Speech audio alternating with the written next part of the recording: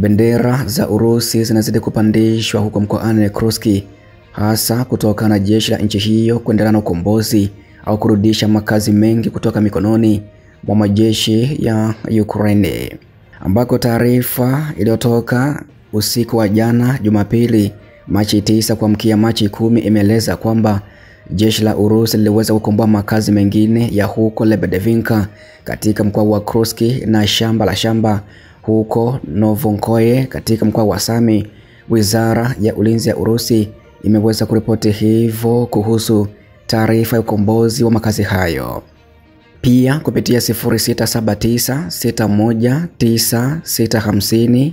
0679619650 unaweza kujiunga na grupu letu la WhatsApp, ambako pia huko matukio moja kwa moja ya kivita kutoka mstari wa mbele wa kivita unaweza kushuhudia moja kwa moja kutoka mstari wa mbele wa kivita, ambako ili uweze kujiunga moja kwa moja kupata taarifa hizi na matukio hayo ya moja kwa moja kutoka mstari wa mbele wa kivita, ni unalipia kiasi cha shilingi 2500 kwa nambari ya Tigo Pesa au Mixx by Yas kwa sasa, ambayo nimekusomea hapo awali ya 0679619650. Hivyo basi unaweza kujiunga moja kwa moja sasa au kujumuika nasi kwenye grupu letu la WhatsApp, ambako pia huko unaweza kushuhudia operation au matukio ya kivita moja kwa moja kutoka Urusi na huko Ukraine, hasa mkoani Kursk, ambako hivi karibuni mapigano yameshika kasi zaidi, ambako Urusi inapambana kurudisha makazi hayo kutoka mikononi mwa Ukraine. Hivyo basi karibu sana pia muda wote ambao utaweza kupata taarifa hizi na matukio hayo kutoka mstari wa mbele wa kivita. Jeshi la Urusi limekomboa makazi ya huko Lebedevinka mkoani Kursk na shamba la shamba la Novonkoye huko mkoani Sami. Wizara ya Ulinzi ya Urusi imeripoti hivyo muda mchache uliokwisha kupita kuhusu taarifa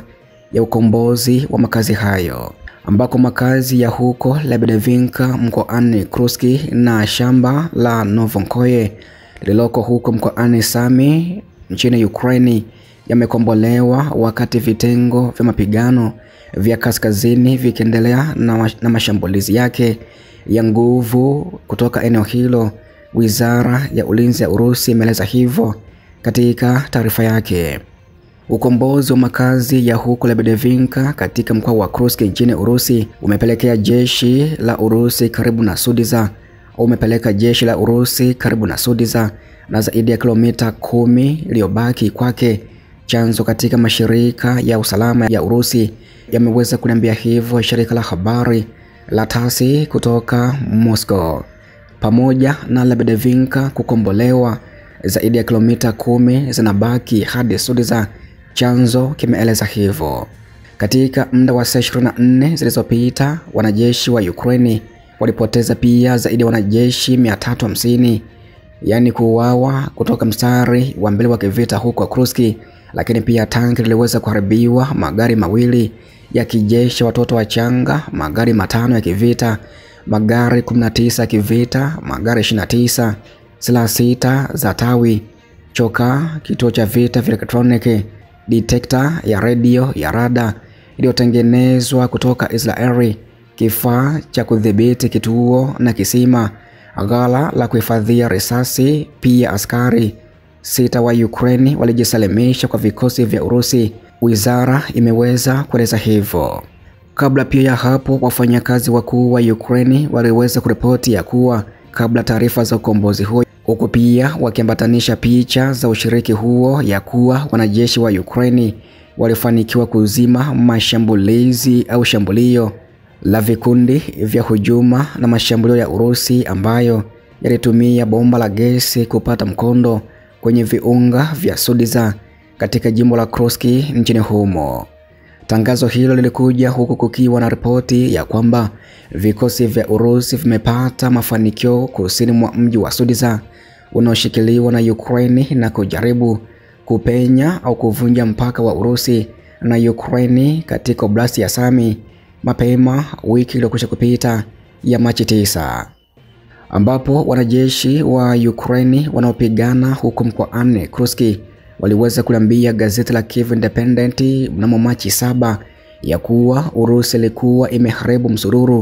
misururu yao ya ugavi wa risasi na chakula na waliweza kuzingirwa baada ya wanajeshi wa Ukraine walioshambulia angani kuona vikosi vya Urusi waliweza kurusha makombora, mizinga na ndege zisizo na rubani ili kukomesha shambulizi hilo. Jenerali wa wafanyakazi alisema hivyo. Kwa sasa vikosi maalum vya Urusi vinagunduliwa, kuzuiwa na kuharibiwa, na hasara za maadui katika eneo la Sudzha ni kubwa sana. Jeshi lilisema hivyo jioni ya Machi 8, yani Jumamosi iliyokwisha kupita. Wanajeshi wa Ukraine walikomesha mashambulizi 44 ya Urusi katika jimbo la Kursk katika siku iliyokwisha kupita. Jenerali wa wafanyakazi walisema katika sasisho lao hivi punde Machi 9, 2025, ambako huduma ya vyombo vya habari kwa amri ya kijeshi ya Kursk vilisema tarehe 8 Machi ya kwamba operesheni kubwa zaidi za uvamizi wa Urusi zimetokea katika mwelekeo kutoka makazi ya Korenevo kuelekea Sudzha na pia katika maeneo ya Novo Ivanovinka, Malaya Lokinya na kusini mwa mji wa Sudzha. Jeshi la Ukraine lilielezea hali kuwa ngumu katika eneo hilo, lakini chini ya udhibiti, likisema ya kuwa Urusi ilihusisha wanajeshi wa Korea Kaskazini katika shambulizi hilo. Kwingineko pia nje na operesheni hizo za huko Kursk, pia jeshi la Urusi limepata udhibiti wa huko Konstantinopol katika Jamhuri ya Watu wa Donetsk. Wizara ya Ulinzi ya Urusi iliweza kueleza hivyo Jumapili ya wiki iliyokwisha kupita, ambapo ilichapisha kipande cha video kwenye jukwaa la kijamii la Telegram ikionyesha wanajeshi wa Urusi wakiinua bendera juu ya kijiji kilichokombolewa hivi karibuni, ambako pia Ukraine iliweza kupoteza zaidi ya wanajeshi 50 katika mapigano hayo. Makazi hayo yalipewa jina la mji mkuu wa dola ya Byzantine na walowezi wa Ugiriki kutoka Crimea ambao walianzisha kijiji hicho katika karne ya 18. Kulingana na hesabu ya wizara iliyochapishwa Jumapili ya Machi 9, kutokana na mashambulizi ya Urusi katika saa 24 zilizopita, vikosi vya Ukraine vilipoteza hadi wanajeshi au wanachama 1300 wa huduma, mfumo mmoja wa roketi wa HIMARS uliotengenezwa Marekani, mfumo wa roketi wa MLRS uliotengenezwa Washington, bunduki ya Krabu ya kujiendesha iliyotengenezwa Poland, bunduki aina ya 71 ya US 71, wabebaji wafanyakazi, gari la kivita la Max Pro lililotengenezwa Marekani, pamoja na idadi ya magari mengine ya kivita, bunduki za kivita, mifumo ya kivita vya elektroniki na magari mengine. Vikosi vya jeshi la wanahewa la Urusi, ndege zisizo na rubani, makombora na mizinga pia vimeshambulia vituo kadhaa vya usindikaji wa gesi ya Ukraine, viwanja vya ndege vya kijeshi na warsha za kuunganisha ndege zisizo na rubani katika muda wa saa 24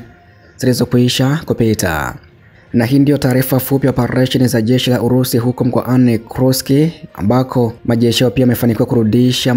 makazi kadhaa katika mkoa huo, huku pia Ukraine ikipoteza idadi kubwa wanajeshi wake kwa muda wa saa 24 katika maeneo hayo, ambako idadi hii ni zaidi ya wanajeshi 1600